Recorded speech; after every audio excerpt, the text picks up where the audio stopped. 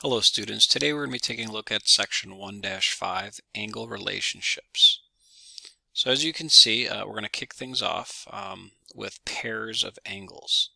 And as you can also see here, we're talking about, to kick things off from there, the idea of adjacent angles. Adjacent angles are two angles that lie in the same plane and have a common vertex and a common side, but no common interior points. A pair of adjacent angles with non-common sides that are opposite rays is called a linear pair. Vertical angles are two non-adjacent angles formed by two intersecting lines.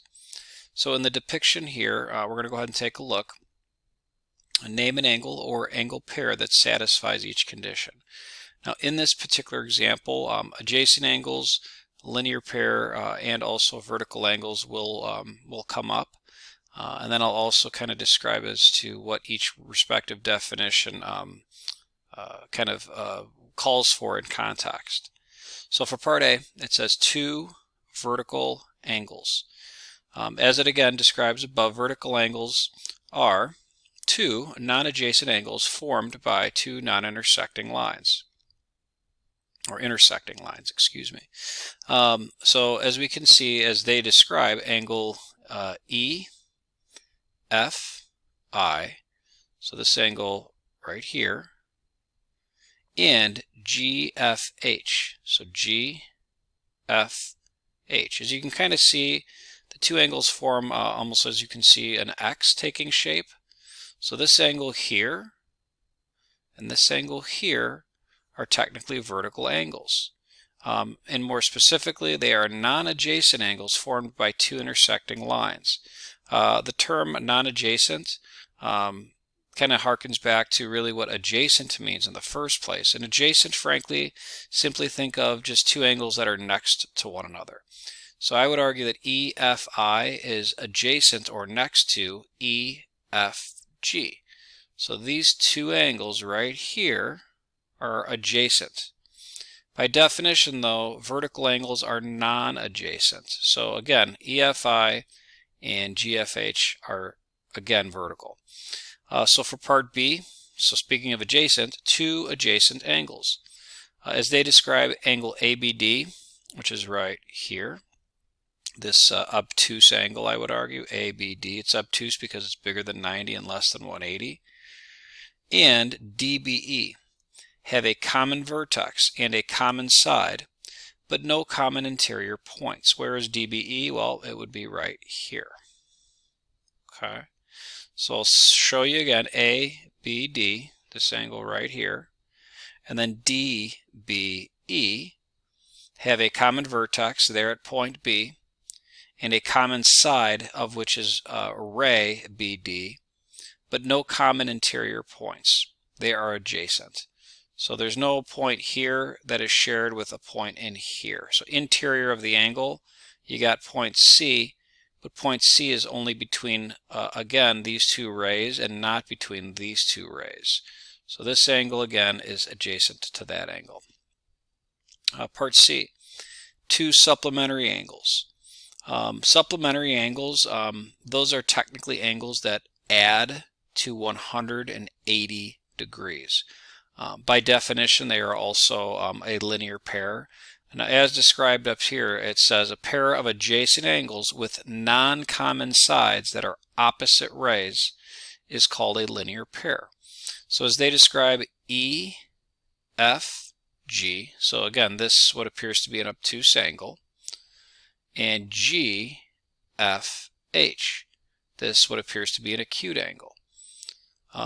If this line, again, is straight, or if it's a straight angle, I should say, all lines are straight, but if this is a straight angle, in other words, EFH is 180 degrees, that means, again, EFG plus GFH must add to 180. And it does say not only are they a linear pair, in other words, they are forming a line here together, they're adjacent to each other by definition as well. The angles are supplementary. So this angle, let's say, for the sake of argument, it's 150 degrees. If that's 150, then this would have to be 30, because 150 plus 30, of course, is 180. Two complementary angles. Complementary angles by definition are angles that add to 90 degrees when you add them together. So they say angle CBD, which is right here, so CBD, and then DBE, so this angle right here. Again, if you were to add this angle to that, you end up with, in fact, 90 degrees, and therefore they are complementary angles. So we could also, with this right angle here notated, we can also notate here as a right angle, as well as here, and then down in the bottom right corner as well. So if I continue on, I have filled in some of these answers in advance just to kind of speed up our process today. So name an angle or angle pair that satisfies each condition. Two adjacent angles. Remember, adjacent means they share the same vertex and the same side. So angle LTN and NTE. Those two angles share T as a vertex and they share ray TN as a side. Two acute vertical angles. Well, vertical angles, if you recall, are when you have angles that share a vertex but are non-adjacent, and you have intersecting lines as well. So I would argue, as I described here, angle RTL, which by the way is marked as 110, because maybe we use that in a moment here for something else, or maybe it just helps us describe the, in this case, a vertical angle STE. And actually, as it turns out, because RTL is 110, we'll learn that this angle is also 110 degrees. Vertical angles end up being the same measure. Okay, so you can actually mark that on your picture if you'd like. Two supplementary adjacent angles. Okay, so this is speaking to the linear pair concept. So angle RTS and angle STE. Again, if this is a straight angle in the first place, angle RTE, then this angle here, RTS, plus this angle here, STE, must add up to 180. They are not only supplementary because they add up to 180, but they're also adjacent because they share this side, ray ST, or TS, pardon, we should go in that order technically, vertex out to point S, TS. All right, number 4, an angle supplementary to angle RTS. RTS has an angle supplementary to it, as we maybe can see here, as RTL. So RTS, let's say this is, what, 70 degrees. So RTL, of course, would, well, as they provide, is 110. 110 plus 70, of course, is 180. Supplementary and only supplementary doesn't necessarily imply that it's a linear pair, because by definition, again, a linear pair speaks to a pair of adjacent angles with non-common sides that are opposite rays. Supplementary angles will add up to 180, but they don't necessarily have to be adjacent. Okay, moving on, problems 5 through 7. Using the figure here, it says for number 5, identify two obtuse vertical angles. So angle RNT and angle SNU. Those are vertical, as you can see here and here, forming that kind of X shape. Identify two acute adjacent angles, angle RNV, and again, we want adjacent, so touching it essentially, or sharing a vertex and side, angle VNT. So here's RNV and VNT. Certainly I would say also that those are acute, not only adjacent by sharing that side, but they're also, I would say, acute, less than 90. Identify an angle supplementary to TNU.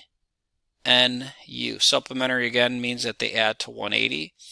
I'm arguing that UNS as an option, but it also works where if you go look at TNR, this angle is also going to add to TNU to form 180. So this angle here, again, TNU, plus this angle here, add to 180.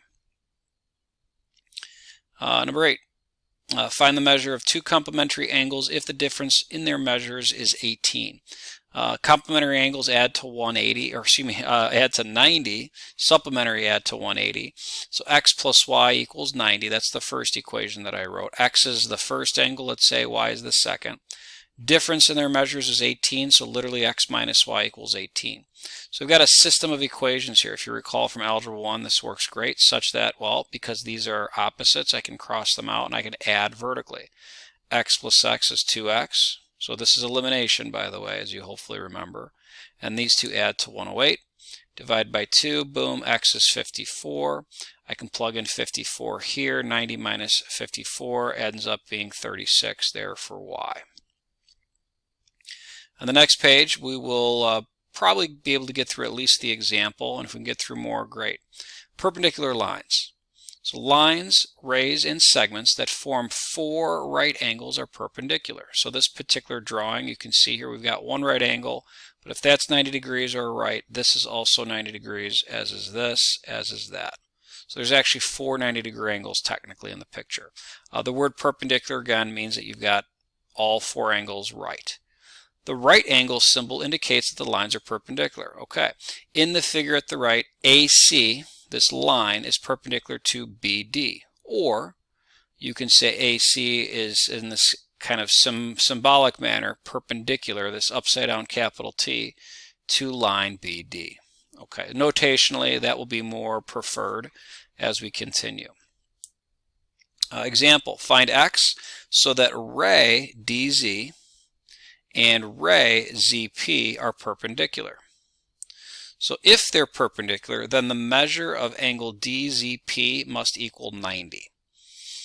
Because we only have an expression for angle DZQ, which they show here in the algebra 9x plus 5, and then they have another expression for angle QZP as 3x plus 1, frankly it makes sense that these two, when added together, should equal 90. We do this, this is actually simple. 9x plus 3x is 12x, 5 plus 1 is 6, subtract 6 is 84, divide by 12, and you end up with x to be 7.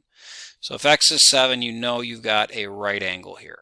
Now this right angle I wouldn't actually draw in if you're doing this problem kind of as a homework, let's say, question. I wouldn't draw this right angle in until after you've proven that x equals 7. The problems that follow, I'm going to go ahead and address at least, let's see what the time I have, a couple. If I could do more, great. But you have the notes for sure filled in if you'd like later to take a look at, if I happen to not finish. Find the value of x and y so that line NR is perpendicular to line MQ. So here's NR, here's MQ. So if we note that angle angle 5x degrees plus angle x degrees must add to 180 if we add them up, which I show here. 5x plus x equals 90. Of course, this adds up to 6x. Divide both sides by 6 and you end up with x to be 15. Similarly, we'll note here, but in this case 9y plus 18, you don't have anything to really add it to in this particular case because we're just going to call that what we want it to be, in this case, a 90-degree angle. And if we consider, or want that, I should say, to be a 90-degree angle, we're going to set it equal to 90. Okay, so this whole thing, again, has to be 90. When you do this math, subtract 18, you get 72, and of course, divide by 9, and you get y to be equal to 8. Number 2, find the measure of angle MSN, 90 degrees. They've already actually marked it for you, so that's fairly nice and quick. Number 3, okay, so the measure of angle EBF is 3x plus 10, while the measure of DBE is x. Again, knowing though that ray BD is perpendicular to BF, so this ray right here is perpendicular to that ray right there. This is your 3x plus 10 expression, while this is your expression x. If you add the two angles, 3x plus 10 plus x, set it equal to 90, because again, if they're perpendicular, this is 90 degrees. 3x plus x is 4x, subtract 10 from 90, you get 80, divide by 4, x is 20. So go ahead and please finish, if you could, problems 4 through 6 on your own, and that'll be a nice completion for you.